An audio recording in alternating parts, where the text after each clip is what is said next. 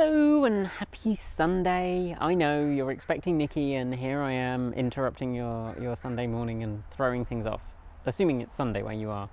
It might not be. It's not Sunday here. It's Wednesday. I don't actually generally know what day of the week it is, but I've been trying to remember because I'm remembering because we had a dishwasher repair person come in. Our dishwasher is apparently fine. It just has the check engine light on, which is slightly annoying. It's an expensive annoying. But anyway, that's definitely not what I was here to talk to you about. I'm partly here to talk to you about chickens, because apparently I've been very lax and our chickens have not featured enough on the channel. However, our chickens are currently hiding under that tree. Well, two of them are. Two of them are hiding under that tree. One of them is currently laying, so you may get egg song in a minute. But there's a camera, and they don't perform for the camera.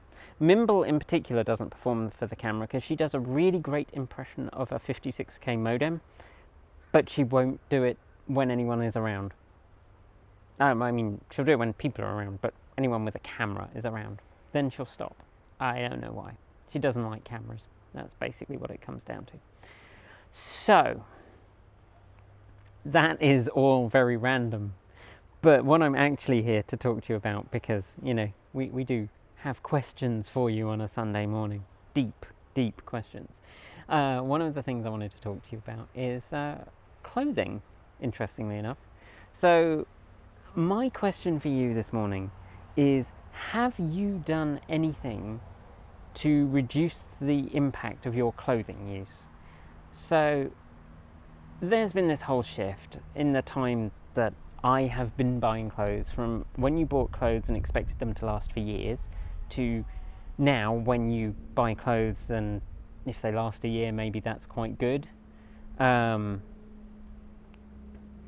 it's really interesting because I still have clothes from when I came out, which is about 20 odd years ago. And I remember buying them and I still wear them. They're mainly pretty tired and I tend to wear them around the house, but they have lasted that long, even despite being fairly cheap clothes. In fact, I think some of them came from C&A and some of them came from Primark, so nothing expensive, but they lasted that long. And I have shirts like this one, which I bought like 3 years ago, which is disintegrating. I have a work sweater that I bought from Target that is totally, it has holes in it despite being probably only 2 years old. It's very disappointing. So this whole disposability of clothes is one part of that. Is there anything that you're doing to try and make sure your clothes last? One of the things that we do is that we tend not to tumble dry our clothes. I know some neighbourhood associations don't like you drying clothes outside because it makes your house look untidy or something, which we actually were very explicit when we bought our house in finding a place that didn't have a neighbourhood association. So we have a line attached to our garage, which I can't show you because it's a retractable one. I could take you over there and show you it, but I'm not going to because there's a trailer in the way right now. And we just pull it out and we use that for drying bigger things. We have little racks that we put outside for drying smaller things. So we use them to dry clothes, and we actually use them through the winter as well. We just put them inside the house and dry our clothes on the rack.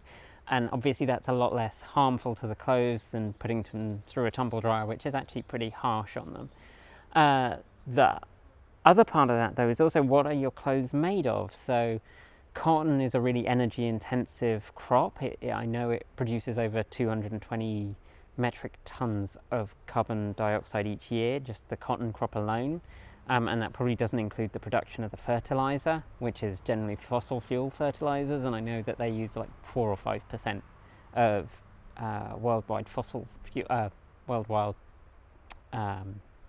pesticide use is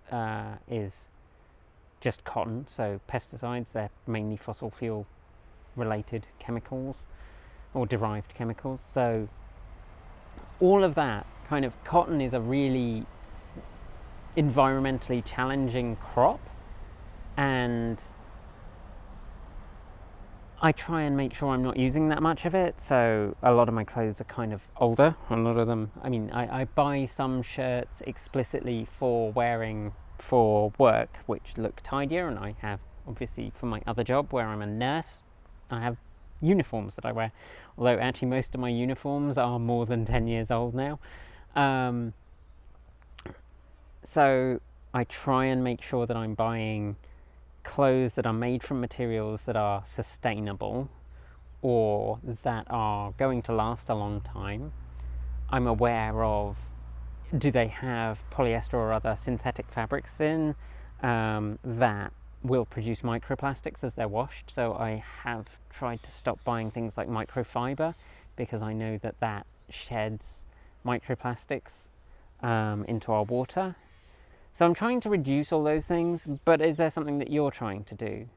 Have you switched to buying stuff that's mainly bamboo, or I don't know, are you buying clothes that are tailored, or what are you doing? Are you doing anything? Is this something that worries you? Is it something that doesn't even factor into your decision making? I'm just really intrigued to hear what you're doing. So pop your thoughts in the comments below. I really want to have something to read on my Sunday morning. So that's kind of it for today. Thank you very much to all our Patreon supporters. We couldn't do this without you, and to all our subscribers on YouTube. Make sure you've subscribed and hit the notification bell, all that jazz. And have a great week.